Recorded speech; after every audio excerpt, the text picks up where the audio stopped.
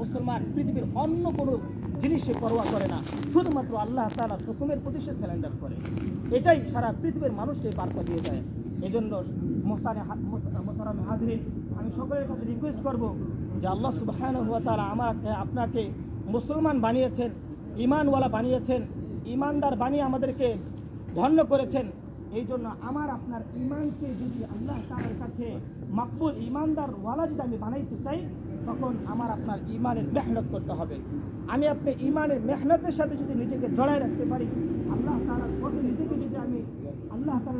যদি আমি চালাইতে পারি, এইভাবেই যদি আমার জীবনটা চলে যায়, আমরা আশাবাদী আল্লাহ সুবহানাহু ওয়া তাআলা হয়তোবা আমার আপনারা ঈমানের মেহনতের বদৌলতে আল্লাহ তাআলার জন্য ইখলাসের বদৌলতে আমাদের 24 ঘন্টা ঈমানের উপর অটল থাকা, এটা তার উপর ফরজ, চাই সে পুরুষ হোক চাই সে নারী হোক। এই জন্য আমার আপনার 24 ঘন্টা ঈমানের উপর অটল থাকার জন্য আজকে সারা বিশ্বব্যাপী যে ঈমানের মেহনত চলতেছে, এই ঈমানের মেহনতের সাথে আমার আপনাকে নিজেকে জড়ায় রাখতে হবে। আল্লাহ সুবহানাহু ওয়া তাআলা আপনাকে সকলকে আল্লাহ তাআলা যেইভাবে আমাকে আপনাকে দয়া করে ইসলাম দিয়েছেন, ঈমান দিয়েছেন, এই ঈমান অবস্থায় যেন আপনি আল্লাহ তাআলার কাছে যেতে পারি। এই জন্য বেশি থেকে বেশি আল্লাহ তাআলার কাছে দোয়া করা এবং সারা বিশ্বের সকল মুসলমান নর নারীদের জন্য দোয়া করা, বিশেষ করে যারা হজে আছেন আমরা সকলের জন্য দোয়া করব, হাজিদের জন্য দোয়া করব এবং হাজিদের ফয়েজ ও বরকত যাতে আল্লাহ তাআলা আমাদেরকে নসিব করেন। এর দ্বারা যাদের উপর হজ ফরজ হয়েছে, আমরা আল্লাহ তাআলা যাতে আমাদের সকলকে অতি সত্বর হজ করার তৌফিক দান করেন ইনশাআল্লাহ। এবং আল্লাহ তাআলার জন্য প্রত্যেকটা হুকুম পালন করার জন্য দুইটা জিনিস জরুরি, একটা হলো ইখলাস, আর একটা হচ্ছে শরীয়তের নির্দেশনা ফলো করা।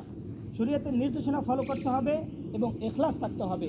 এই দুইটা জিনিস যে ব্যক্তির মাঝে না পাওয়া যাবে, তার কোনো ইবাদত আল্লাহ তাআলা কবুল করবেন না।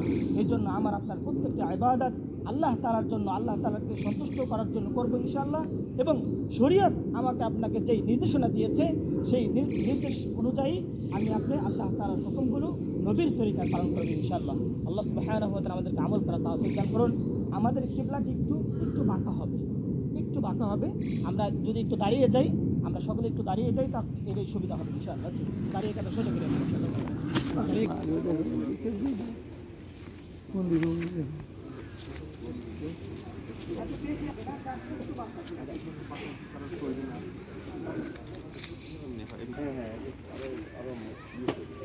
চলে আসবে।